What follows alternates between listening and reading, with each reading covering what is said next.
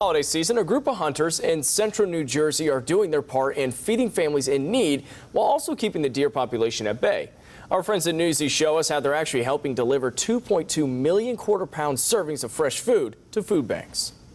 The hunt begins in darkness. Les Giese and his son Thor make their way through a public forest in Annandale, New Jersey, to a tree stand where they'll wait for dawn and, if they're lucky, a deer.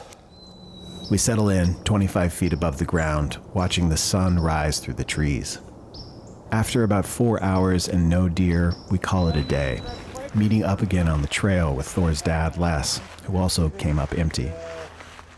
Les Giese and his son aren't hunting deer for themselves. They've already filled their freezer with enough venison for the year.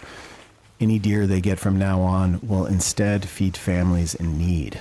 It's a program run by the New Jersey chapter of Hunters Helping the Hungry, and Giese is the president.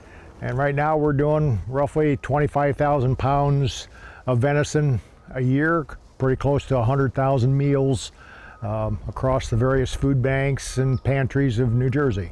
In the 2.5 decades since he founded the nonprofit with friends, Giese says it's become one of the top 3 game meat donation programs in the country. And with 1 in 10 U.S. households struggling to feed their families, Giese says hunting more deer as a source of lean, healthy protein is a no-brainer. It's also become a lifeline for New Jersey food banks. The problem of deer overpopulation in the forests of states like New Jersey is getting worse, but so is hunger. And it's places like this where the solutions to those two crises come together. This is the Norwest Cap Food Bank. This is our warehouse. Shannon Williams is interim director of Norwest Cap Food Bank in Phillipsburg, New Jersey. She says the venison is in high demand, especially as the cost of providing meat to families has soared.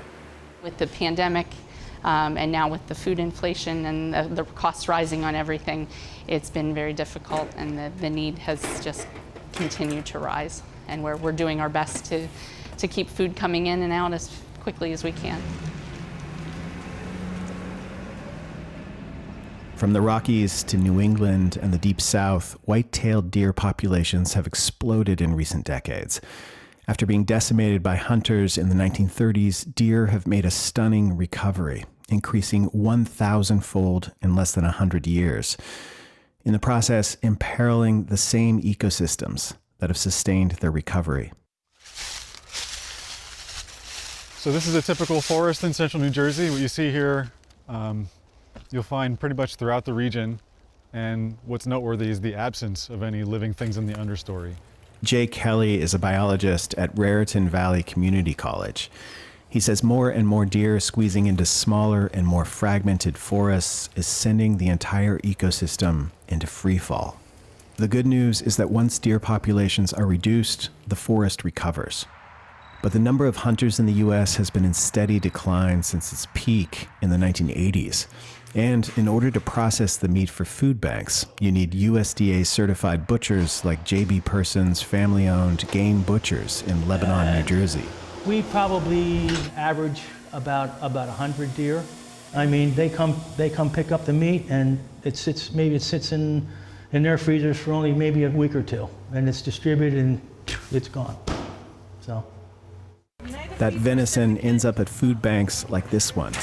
Flemington Area Food Pantry Executive Director Janine Gorman says they're busier now than they've ever been. So we're open on average 6 days a week. We see anywhere from 50 to 70 clients, which pretty much means since COVID and now in the height of financial inflation and everything else, we can see on average a person every 3 minutes. Bob Flanagan is one of them. I'm self-employed. I'm a contractor. Bottom fell out after I got COVID because I can't work. I couldn't work.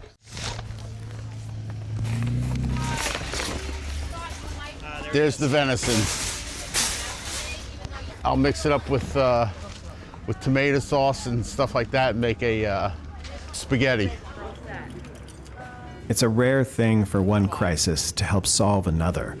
But Les Giese hopes the partnership he's created between the state, the hunters, the butchers, and the food banks offers a glimmer of hope. We're trying to make the herd healthier.